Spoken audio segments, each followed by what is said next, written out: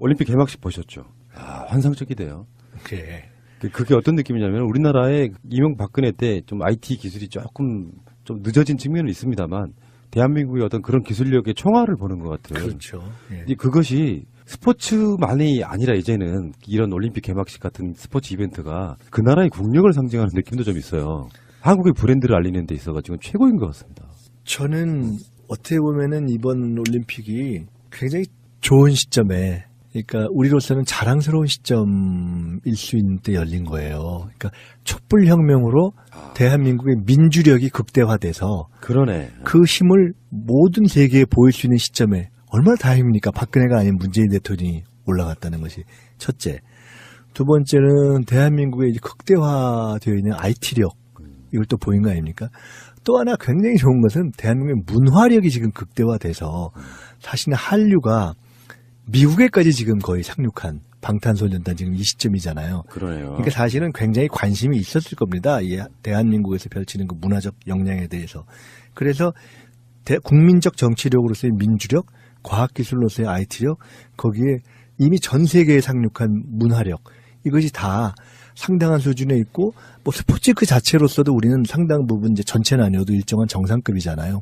이제 마지막으로 남아있는 것은 평화력이죠. 그렇죠. 네, 국제적 정치력까지를 보이는데 일정하게는 진입을 했기 때문에 이걸 저희들이 이제 보여줘야 하고, 한편으로는 전 세계가 이런 면이 있는 거 아니에요? 아, 한국이 펼치는, 분단국가가 펼치는 어떤 접점을 만들고 평화를 만들어가는 드라마를 보고 싶어 하는 거잖아요. 예. 그래서 단일팀을 만들어준 것이고, 그래서 그걸 이제 이어가야 되는 또 연출력을 저희가 보여야죠. 예. 지금 세계 외신들이 극찬하고 있던 개막식 좀 설명을 해드리면, BBC 해설가 전 올림픽 금메달리스트 로빈 커전스는요, 스포츠가 만들 수 있는 가장 감동적인 순간, 관중석에서는 감흥한 관중의 흐느끼는 소리까지 들렸다, 이렇게 이야기했고요.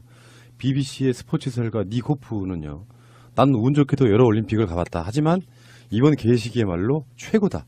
하나 된 두 나라가 주는 메시지는 매우 강력하다, 이렇게 얘기했고요. 캐나다 스포츠 칼럼니스트 브루스 아서는요, 평창 동계올림픽의 문제는 문제가 없다는 것이 문제다. 기계 물고기, 페인팅 로봇에 이르기까지 하이테크가 올림픽을 빛내고 있다. 지금까지 어디에 가나 올림픽에는 문제가 있었다. 하지만 평창에서는 처음에 추웠다는 것 말고는 모든 것이 깔끔하고 잘 이루어졌다. 춥기는 엄청 추웠나 보더라고요. 저는 개막식 하는 날까지 저희 지금 당하고 연구원에서 하고 있는 지방선거 관련 투어가 마지막 날이어가지고 그날 개막식을 못 가고, 사실 저는 우리 법슬레이 남자 결승전 하는 날 지금 갈 거예요. 그때 이제 우리가 메달 가능성도 높고, 근데 들어보니까 정말 엄청 춥다 그러대요. 근데 개막식 날만 좀 따뜻해졌고요. 그 다음날 다시 추워지기 시작하니까 정말 하늘이 돋고 있는 느낌이고, 실검으로 송승환 총감독, 누구나 다 아시는 바로 그분이죠. 실제 콘텐츠를 만드는 예산이 200에서 300 정도였대요, 개막식. 그런데 다행히 새 정부 들어서 예산이 100억 정도 증액됐답니다. 그게 큰 힘이 돼서 객석에 LED를 설치한 것도 마지막 추가 예산이 없었으면 불가능했고, 그래서 그 예산이 단비 같은 예산이었다, 이렇게 이야기도 하고 있고요. 개막식 장면 중에 드론이 펼치는 다들 그 얘기해야 돼요, 다들. 예. 드론이 총 1218개. 예. 그러니까 저게 뭐지 하는데, 하늘에서 드론 1218개가 각종 형상을 만들며 날아온다는 거는 굉장한 상상력인 것 같습니다. 그러니까 다들 그 얘기 하더만요. 나중에 이제 후일담이 나오겠지만 1218개를 컨트롤할 수 있는 무슨 프로그램이나 기기가 있는 걸까요? 아니면 각자 조종한 걸까요? 그러진 않겠죠? 뭔가가 있었겠죠? 그렇겠죠. 네. 놀라워라 진짜. 자, 그리고요, 꼭 짚을 이야기만 잠깐 몇 개 짚을게요. 이명박 보셨습니까? 못 봤어요. 리셉션장에서도 앉아 있었고, 예. 그리고 개막식장에도 앉아 있었는데, 리셉션장에는 바로 옆에 장하성 실장이 앉았고요. 카메라에 잡혔었나요? 네. 앉아 있었는데 표정이 굉장히 오만 가지 표정을 짓더만요. 하늘을 쳐다본다거나 겸연쩍은 어떤 표정 이런 거 짓는데, 오른쪽에는 장하성 실장, 왼쪽에는 황영철 의원이 앉아 있더라고요. 네. 근데 불만을 표시한 적이 있대요. 그러니까 이게 메인 테이블이 있잖아요. 문재인 대통령 앉아 있고 정상들 앉아 있는 그 자리에서 외곽으로 빠지니까 불만을 표시한 그런 분이 있었대요. MB가 본인이 자기도 주최를 한 당사자 대통령인데 위치가 너무 일반인들과 섞어놓은 듯한 느낌이었던 모양이고, 개막식장에서도 그냥 거의 혼자 독립적으로 부인도 대동 안 하고 앉아있는 모습 보니까 사람들이 별로 관심이, 우리가 잠깐이라도 관심이 조금 없다라는 것이 좀 좋은 것 같아요. 반대죠. 관심이 있는데 일부러 아는 척을 안 하니까 혼자 동떨어진 느낌이 우리는 사실 아니. 일반적으로는 어. 우리가 평창에 이제 좋은 일이 되니까 MB한테 진짜 저 언제 가나 이러겠다 이제 관심이 좀 없어졌다는 그런 그렇죠. 게 좋은 거고 현장에서야 다들 MB를 봤겠죠. 계속 의식하죠. 그런데 어. 아이 뭐 굳이 가서 뭐 아는 척하기도 그렇고. 거기에 앉아 계신 분들 가운데 그 야당 당수들 홍준표, 안철수, 뭐 유승민 이런 분들이 추운 곳에 가서 있다 보니까 이제 녹색 모자를 지급하는 게 있나 보더라고요. 그 네. 모자를 그 흔히 말하는 어린이들 빵모자 뭐 이렇게 그 모자를 쓰고 있는데 어찌 그렇게 어리숙해 보이고 추워 보이는지 그 느낌은 지금 현재 야당이 취한 현실과도 같은 그런 느낌이어가지고 상징성이 되게 있었던 것 같습니다. 자, 다음에 리셉션에 나왔던 그 음식이 디저트가 굉장히 화제가 됐는데 근데 한반도 이것도 먹을 음식이었겠죠? 그렇죠. 파란색의 예, 한반도 예. 그림에다가 보통 예. 비싼 레스토랑 가면 막 이런 거 저런 거 막 희한한 거 주잖아요. 그럼 예. 막 다 먹잖아요. 나중에 뭐 케이크 위에 올려 있는 것도 그런 거 아니에요? 이거 다 먹는 거잖아요. 그러니까요. 그래서 그 초콜릿으로 만든 철조망 위에다가 나중에 이렇게 먼저 이 크림이 안 뿌려진 상태로 왔다가 다 테이블에 세팅된 뒤에 크림을 부어주는 형태 녹여낸다. 이 아이들은 정말 대단하지 않습니까?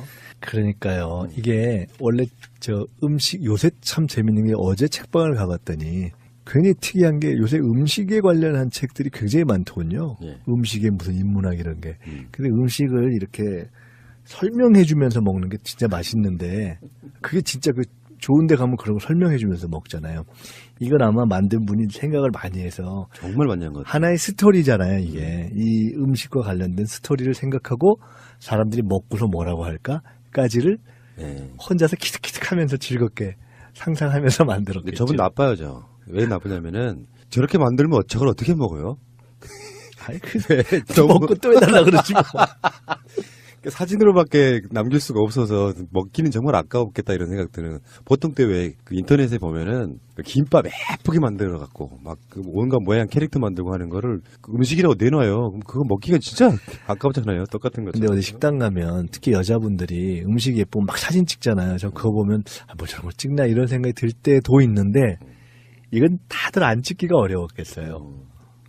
그 김현 대변인이 고향인 강릉에서 삼지연 악단의 공연 1차가 있었고 이제 서울에 올라와서 2차를 하고 하는데 거기를 직접 갔다 와서 바로 옆에서 현송월 단장과 사진도 찍었더라고요. 그 보니까 추 대표하고 바로 옆자리. 예, 현송월 단장을 별도로 일종의 리셉션 같은 거 할 때 아마 그때 국회의장도 못 가시고 뭐 이렇게 돼서 일종의 이쪽 우리 대한민국 쪽의 대표급에 해당하는 게 이제 추 대표만 갔던 것 같아요. 그러니까 그때 같이 우리 김현 대변인 같이 가셨던 것 같은데 재밌었겠어요. 네. 거의 풀영상으로 보다시피 했거든요. 네.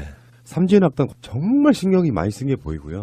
그렇죠. 예, 그러니까 북한이 뭔가 북한의 선전 매체랄까 선전 도구로 쓰이는 게 모란봉 악단인데 모란봉 악단을 완전 지어낸 상태에서 삼지연이라는 이 공연을 위해서 공연을 새롭게 위해서 만든 거예요. 만든 거죠. 맞아요. 근데 거기서 보여주는 그 모습들이 남조선 그들 표현으로 남조선이고 우리 표현으로 하면 대한민국과 정말 친하게 지내고 싶어요를 그냥 공연 자체로 그냥 보여줬어요.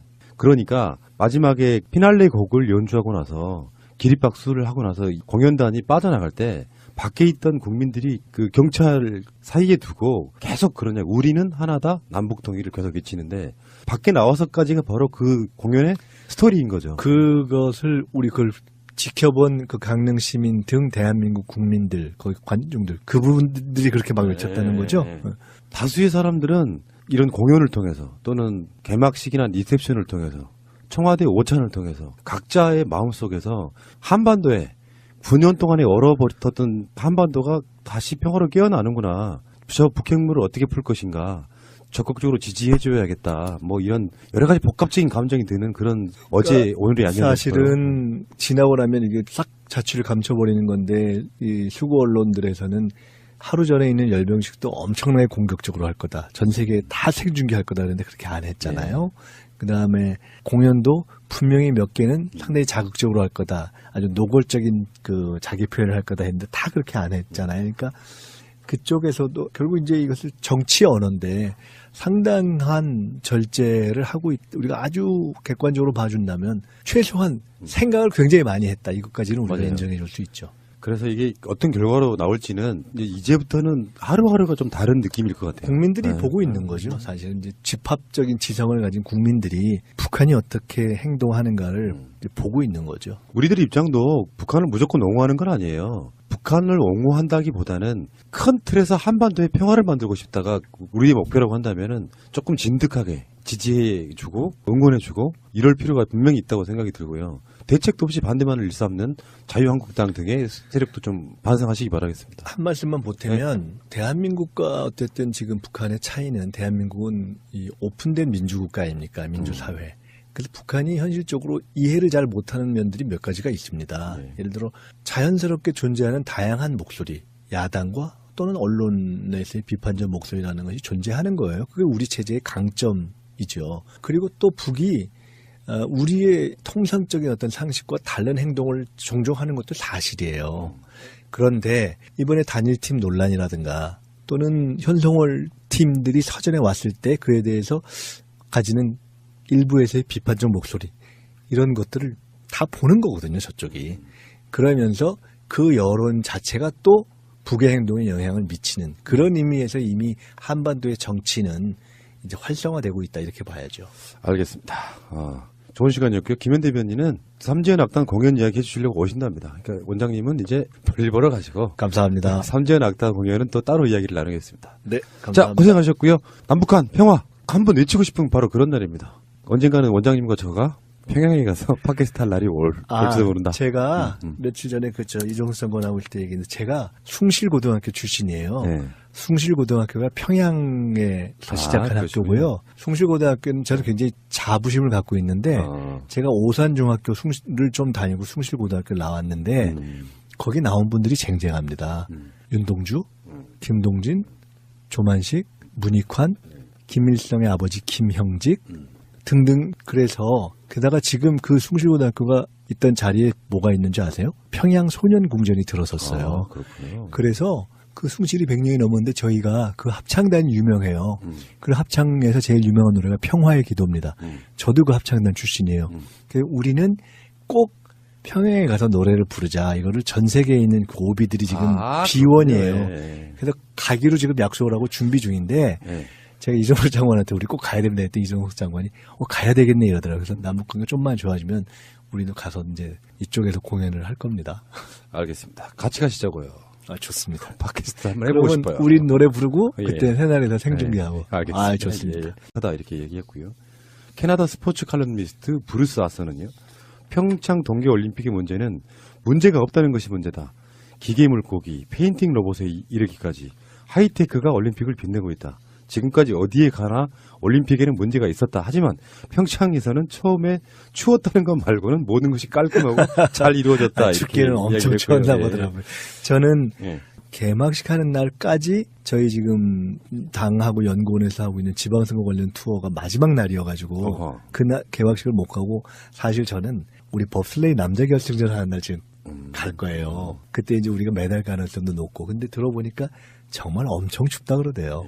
근데 개막식 날만 좀 따뜻해졌고요. 그 다음날 다시 추워지. 올림픽 개막식 보셨죠? 환상적이대요. 그게 어떤 느낌이냐면 우리나라의 이명박근혜 때 좀 IT 기술이 조금 좀 늦어진 측면은 있습니다만 대한민국의 어떤 그런 기술력의 총알을 보는 것 같아요. 그렇죠.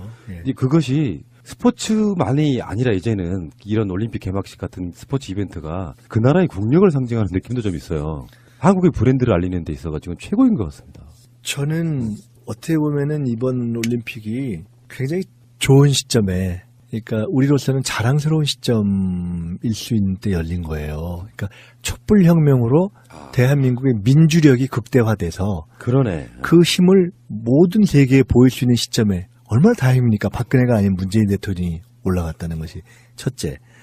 두 번째는 대한민국의 이제 극대화되어 있는 IT력, 이걸 또 보인 거 아닙니까? 또 하나 굉장히 좋은 것은 대한민국의 문화력이 지금 극대화돼서 사실은 한류가 미국에까지 지금 거의 상륙한 방탄소년단 지금 이 시점이잖아요. 그러네요. 그러니까 사실은 굉장히 관심이 있었을 겁니다. 이 대한민국에서 펼치는 그 문화적 역량에 대해서. 그래서 국민적 정치력으로서의 민주력, 과학기술로서의 IT력, 거기에 이미 전 세계에 상륙한 문화력, 이것이 다 상당한 수준에 있고 뭐 스포츠 그 자체로서도 우리는 상당 부분 이제 전체는 아니어도 일정한 정상급이잖아요. 이제 마지막으로 남아 있는 것은 평화력이죠. 그렇죠. 네, 국제적 정치력까지를 보이는데 일정하게는 진입을 했기 때문에 이걸 저희들이 시작하니까 정말 하늘이 돋고 있는 느낌이고, 실검으로 송승환 총감독, 누구나 다 아시는 바로 그분이죠. 실제 콘텐츠를 만드는 예산이 200에서 300 정도였대요, 개막식. 그런데 다행히 새 정부 들어서 예산이 100억 정도 증액됐답니다. 그게 큰 힘이 돼서 객석에 LED를 설치한 것도 마지막 추가 예산이 없었으면 불가능했고, 그래서 그 예산이 단비 같은 예산이었다, 이렇게 이야기도 하고 있고요. 개막식 장면 중에 드론이 펼치는 다들 그 얘기해야 돼요. 있어요. 다들. 예. 드론이 총 1218개. 예. 그러니까 저게 뭐지 하는데 하늘에서 드론 1218개가 각종 형상을 만들며 날아온다는 거는 굉장한 상상력인 것 같습니다. 그러니까 다들 그 얘기 하더만요. 나중에 이제 후일담이 나오겠지만 1218개를 컨트롤할 수 있는 무슨 프로그램이나 기기가 있는 걸까요? 아니면 각자 들이 이제 보여줘야 하고, 한편으로는 전 세계가 이런 면이 있는 거 아니에요? 아, 한국이 펼치는, 분단 국가가 펼치는 어떤 접점을 만들고 평화를 만들어가는 드라마를 보고 싶어 하는 거잖아요. 예. 그래서 단일팀을 만들어준 것이고, 그래서 그걸 이제 이어가야 되는 또 연출력을 저희가 보여야죠. 예. 지금 세계 외신들이 극찬하고 있던 개막식 좀 설명을 해드리면, BBC 해설가 전 올림픽 금메달리스트 로빈 커전스는요, 스포츠가 만들 수 있는 가장 감동적인 순간, 관중석에서는 감흥한 관중의 흐느끼는 소리까지 들렸다, 이렇게 이야기했고요. BBC의 스포츠 해설가 닉 호프는요, 난 운 좋게도 여러 올림픽을 가봤다. 하지만 이번 개회식이야말로 최고다. 하나 된 두 나라가 주는 메시지는 매우 강력하다.